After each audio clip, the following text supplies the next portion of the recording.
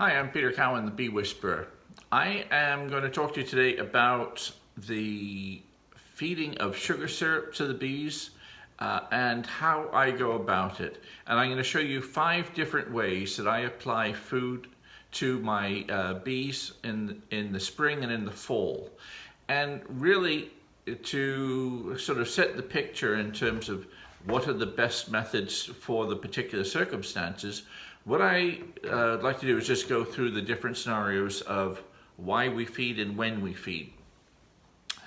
First of all, we will be feeding in the spring, and feeding a new hive in the spring, particularly a new package of bees in the spring, is absolutely critical because they've got no other food resources apart from what they've actually got in the hive already. What they've already got in their tummies already. There's no other food sources in the hive except what we give them. Picture the hive, it just started off with foundation and there's no food there, so the bees have to bring with them everything that's there. They can live for a day to 3 days without any food before they'll die. So it's critical that we get them that food syrup. While they've arrived in the package, they've had a container of sugar syrup there, and now we've got to supply it. But when we're feeding them in the spring, what we're looking to achieve is simulating a nectar flow. So this would be the same whether it's a package or whether it's an overwintered colony. If we're feeding in the spring, we're trying to simulate the flow of nectar in from those early first nectar flows, and to therefore stimulate egg laying and stimulate the building of wax if appropriate to that colony. So the application of the sugar syrup can then depend on how we go about it depends on the weather conditions. So in the spring, it's much cooler, and we have to make sure that the sugar syrup is actually available to the bees in a way that they can get at it. By this I mean if we use something like an entrance feeder, which will be the first one I'll show you, an entrance feeder is fine except if the weather is below about 40 degrees, the bees can't break cluster. They've got to stay in a cluster and they can't break up that cluster to go down to the sugar syrup. And this could actually lead to a brand new colony starving to death within the first week because the weather was too cold and the bees couldn't go from the cluster to the sugar syrup even though it was a few inches away. When we're feeding in the spring, we're looking to sort of feed just in time and just enough to make sure that they've got enough to have the energy to build wax and the energy to stimulate egg laying, but not so much that every time they build a new comb with wax, they fill it up with sugar syrup and then cap it to store it long term, because they will. If you feed them excessively in the spring or excessively to a new package, as soon as they build comb, they'll rear some brood, but they'll also store a lot of food. And we're looking to get a balance there. So if you see a lot of white capped cells with honey, slow down your feeding. Maybe, I recommend feeding the equivalent of maybe 3 2-quart feeders a week when I'm first installing a package at the maximum. I might go up to about 4 2-quart feeders a week as the colony gets a little bit bigger, and not until I've got the second brood chamber on am I likely to be going to a feeder a day, because I don't want them to just fill all the cells that they're building with stored food. What we want is to leave plenty of room there for the queen to also lay. In the summer, we might be feeding to avoid temporary shortages of food because we go through a dearth. There's a lack of food coming in. Now we can feed during the summer as long as we don't still have our honey supers on. If we take our honey supers off, we can now feed them sugar syrup to keep things ticking over.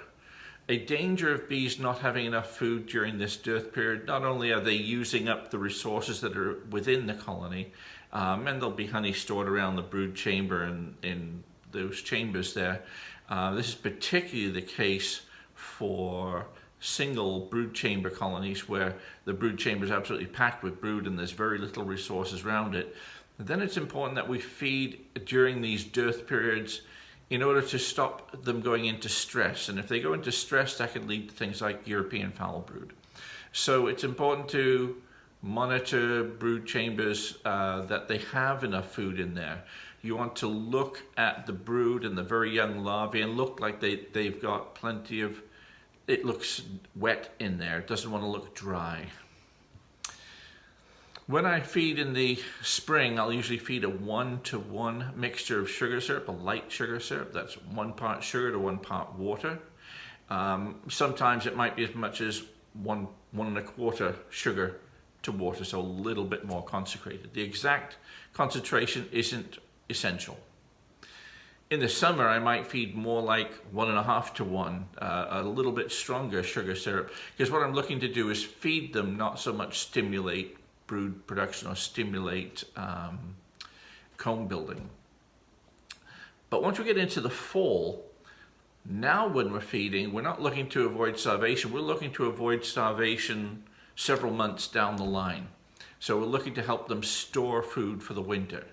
And so to help them with this, we give them as concentrated a sugar solution as we can do. So 2-to-1 or even stronger if we can do, but certainly not less than about 1.5-to-1 sugar to water. This is what we're looking to do there, is to start bulking up the colony, to give it to them as fast as possible. The faster we can feed them sugar syrup, the faster they displace the queen from laying eggs, and she's then forced to go lower and lower into the colony. And we want to get that, if we're doing with 2 brood chambers, we want that upper brood chamber full.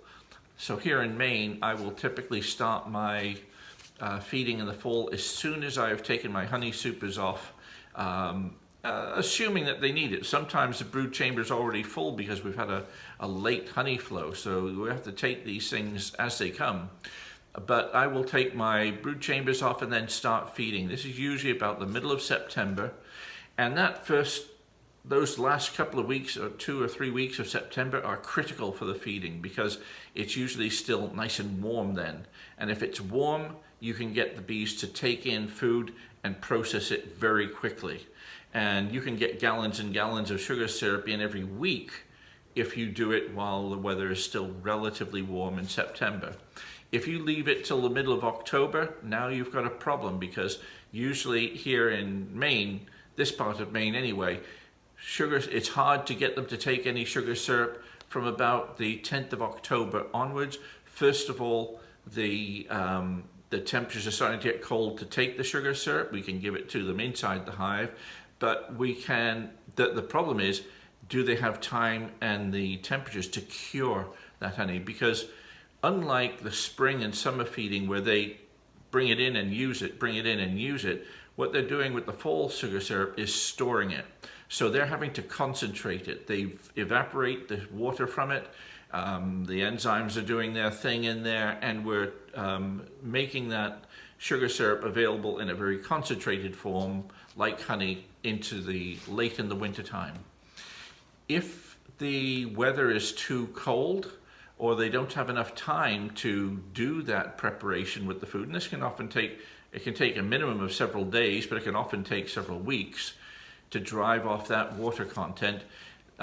If you leave it too late, it gets too cold for them to ventilate the hive properly, so they end up storing sugar syrup with a high water content. So instead of being 18% water, it's 25% water. And if it's a high water content, that means 2 things can go wrong. Number one, when bees drink sugar syrup, which is with a high water content, they've got to go out and relieve themselves more frequently. And this can be a real problem for hives in the wintertime, here in Maine anyway. It's just too cold for them to leave the hive.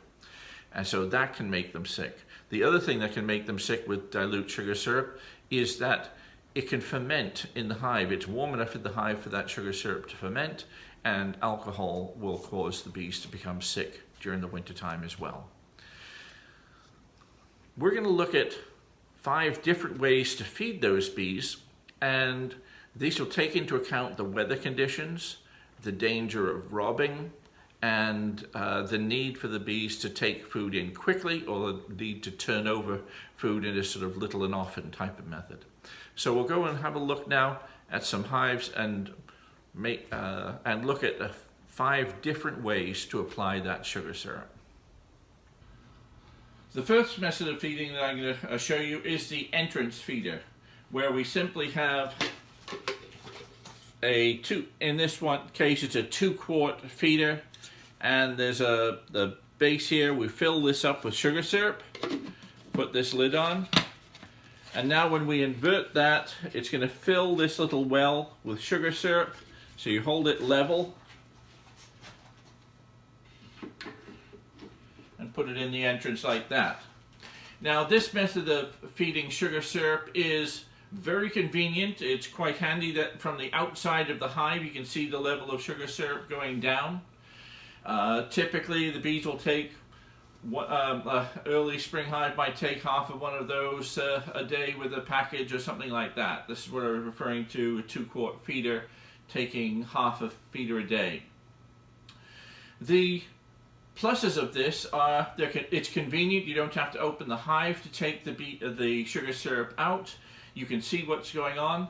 There's a couple of downsides though. Number one is it can promote robbing. Having a source of sugar syrup right at the entrance can promote robbing. If you've got a lot of other hives in the area, or you have some strong hives and you're starting a new hive, and if there's a shortage of food around at that time, bees might start to rob from the weaker hive.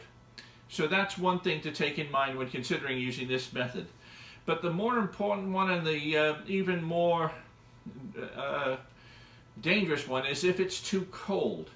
If the weather is too cold, the bees cannot break cluster and literally travel 2 inches down to the sugar syrup to take sugar syrup and go back to the cluster.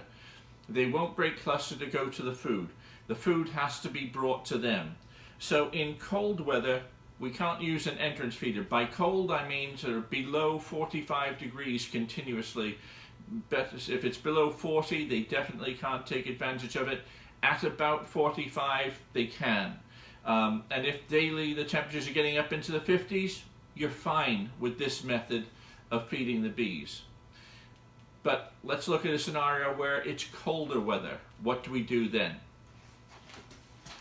Okay, this method is called the baggie method, and it's a very useful little trick to use at the spur of the moment in circumstances where you need to get food to a small cluster where it needs to retain that heat. And very typical, that's the spring package started, let's say it started in April. Normally I'll start my packages here in Maine in May because it's a lot safer to raise packages in May than it is in April, but I'll show you what you can do. In this situation where you put your package in, when I put my packages into my hives, I will usually put a feeding rim on top because I want the space to apply, to have things here. And I'll show you what I mean. One of the things I might be applying here is the queen. She might be on top of the frames like this. And let me bring you a bit closer. The queen cage might go on top of the frames like that. The cork's out and we have now poured a cluster of bees here. But it's too cold for them to take the food from the entrance of the hive. So what we do is we set up a baggie. And you'll take a 1 gallon, half-gallon baggie, open it up, and about half fill it with your sugar syrup. So let's half fill it up. And you do this in the house ahead of time. And the warmer the sugar syrup is, the better. So we've got a baggie, it's not quite full enough here. Let's say you've prepared this ahead of time. You roughly half fill this baggie with sugar syrup. Now what you want to do is squeeze the air out of it before sealing it.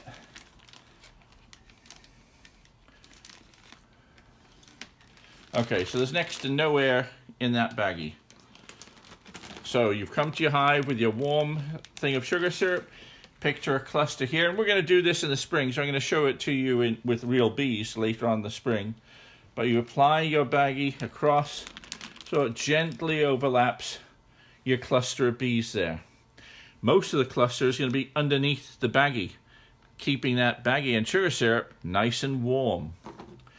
Now what we do is we take a very sharp blade and we put a small slit in the top of the baggie. Now you have to be very certain not to put a slit in the bottom of the baggie, just in the top. So what I'll do, I'll have to do this left-handed so you can see it. So I'm going to put a slit in the baggie here. And so now we've got a hole in the top of the baggie, and bees can get to this sugar syrup here, but it doesn't go all over the place. We've just got a little puddle of sugar syrup here. Bees can climb up on top of the bag, help themselves to the sugar syrup, and it's not going to empty out. This is a terrific way of getting in the odd couple of pints of sugar syrup in the cold weather conditions. And when it's time, when you need to, just come back and either refill the baggie or replace it with another nice warm baggie that you have prepared at home. You just throw this one away. So this is called the baggie method. It's an excellent way of feeding bees in cold weather. Now we can close up the hive and come back, and you've probably got enough sugar syrup there to last them 2, maybe 3 days if you close it up. The downside of using this baggie and this method is if you have, for any length of time, open space above your newly established cluster of bees, they may start to build comb up in this space. So it is not a perfect scenario, but it is a good short-term solution to feeding sugar syrup to the bees. So that's my method number 2. Method number 3 of feeding the bees is what I'd call an improvised hive top feeder. And for that you want 2, 3, 4 mason jars, or any other sort of wide mouth jar of a decent size. And I'll show you what you do with them.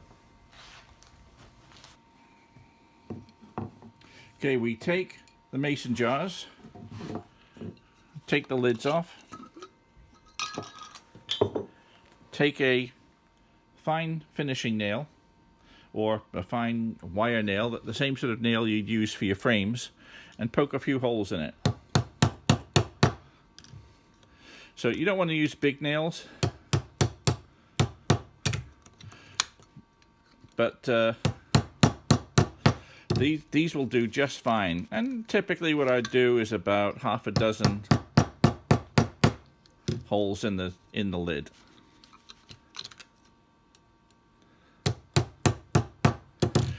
And the bees are going to help themselves to this sugar syrup this way. Oh, be careful not to push it too far into the wood. So here we have half a dozen holes in the lid of the mason jar, which you go back on. And now we just fill that mason jar up with sugar syrup and close it up. And do that same thing with several other mason jars as well. So what we'll do here is, this will work the same whether we're using this rim here or not. So I'm just going to leave it like this because let's still assume we've got a queen cage here. And so whether we put it on the rim or whether we put it on the super, it'll act exactly the same way. Now we put our inner cover on. And ideally what I do is I do the inner cover with the notch downwards, and that way nothing will get robbed out from here. I'll take a couple of sticks about the size of pencils, but you could also use twigs or something like that. Twigs or something will do exactly the same thing. Take your mason jars with sugar syrup in them, turn them over, they're going to go drip, drip, drip, drip, drip, drip, and then it'll stop. And then carefully place it over the hole. And take your next one, line that one up over the hole, and another one, line that over the hole.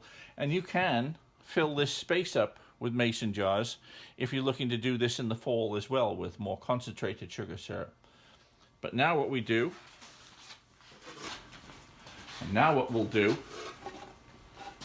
put the deep super over that, And the mason jars are in their own little room here.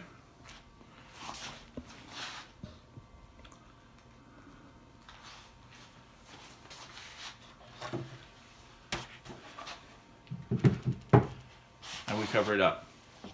Now the heat from the cluster is keeping that sugar syrup nice and warm. It's being retained in this box, although albeit nothing like as warm as the cluster, it'll be a lot warmer than outside. And nothing can get in at that feeder and rob it out either. The only way in and out of that feeder is through that hole in the inner cover. And so this is a good third way of feeding bees. It's a very inexpensive method of feeding bees, and you can use this in multiple ways. So this is an extremely versatile method for feeding the bees. The fourth method that I'll use for feeding my bees, I'll use typically in the fall, but it depends. But for most of you, you'll probably use this sort of method in the fall. You'll have your hive, whether it's 1 story, 2 story, or whatever, and I'll use a bucket. And this is a 1 gallon feeder with a screen built into the lid. I'll fill my gallon bucket with sugar syrup, and you can get these in much larger sizes. And you just press it down. When that's full of sugar syrup, I will take my telescopic cover off and run my hives with only an inner cover during the month of September into early October. The temperatures are adequate for it. A little bit of rain on there doesn't matter, but I'll take this bucket, turn it over, and put it straight over the hole in the inner cover. This way there's no leakage, so you get next to no robbing. There might be a little bit of dribbling around the edges occasionally, but this way we have next to no robbing going on, and we can put a gallon or more of sugar syrup on every time we feed. And for a colony that's hungry in mid-September, they'll take this down in 2 days. And so you go back and feed it again and go back and feed it again. And by the time you've got about 5 or 6 gallons in there, you've got pretty close to filling up your deep super. Now, they'll slow down as they run out of room to store that food, so that's a sign that you want to see. But I'll keep these on right up until mid-October or so before I'll take them off and put my lids on for the winter. And I'll show you, that's my number 4 method for feeding sugar syrup. And finally, I'm going to show you my 5th method for feeding, and that's with a store-bought called a hive top feeder. And there are many different styles of hive top feeder, and you can pay $15 for them, you can pay $50 for them. I'm going to only show you 3. I've got 3 of them that I've just taken out of my storage shed in need of a little bit of cleaning, but they are 3 examples of what I use as an alternative to the 4 I've already shown you. The first one, I think possibly the best of these 3, is the hive top feeder, which has a central access point.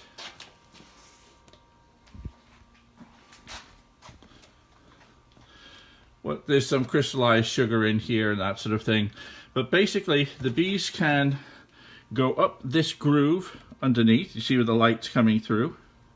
The bees can go from the warm cluster of the hive up through these areas and go down within the screen and access the sugar syrup, which can be filled up to this point or so. This will hold 3 or 4 gallons of sugar syrup, at least 2, maybe 4 gallons of sugar syrup. This method is good. It's only got a plastic layer separating the sugar syrup from the warm cluster, so some heat gets through and keeps that sugar syrup relatively warm. So, but your hive does need to be good and level and that sort of thing to get these sort of things to work properly, but that's one option.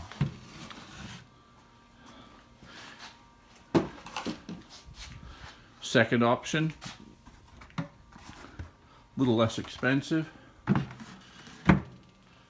This is a feeder where the bees come up through these grooves on this side and that side, and they can get all the way around as well. And they can come up to these points here. And this is ventilation. They come up and over a weir, and they go down here to access the sugar syrup. So they come up here and then they go down inside this white chamber here and feed on the sugar syrup in this cavity. Again, this area gets filled with sugar syrup and the bees can access it from both ends. It's particularly important that the hive is level for this style, and what you do is you have to use one of your own supers. Any shallow or medium super will do to house that, and then you put your cover over this. Never leave your feeders exposed to the elements. And then finally there's a third one.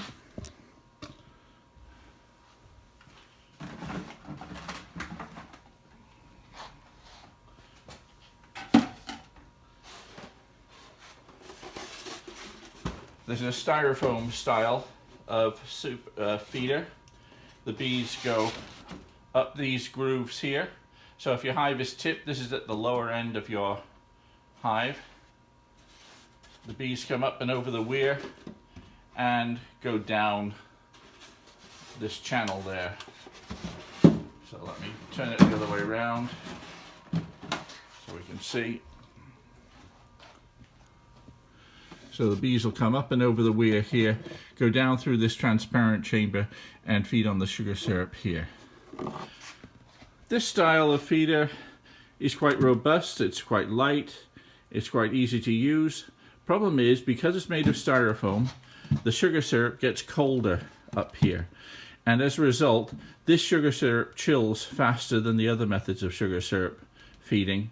And I find that the bees stop taking sugar syrup from these feeders before any of the other feeders because you can't keep the sugar syrup warm that way. Having said all this, my favorite method for bulk feeding of sugar syrup is the nice simple bucket method. It's very quick and easy to change out, very inexpensive compared to the others, and although I'm only using 1 gallon buckets, it's much easier to handle things this way, and that's what I would choose.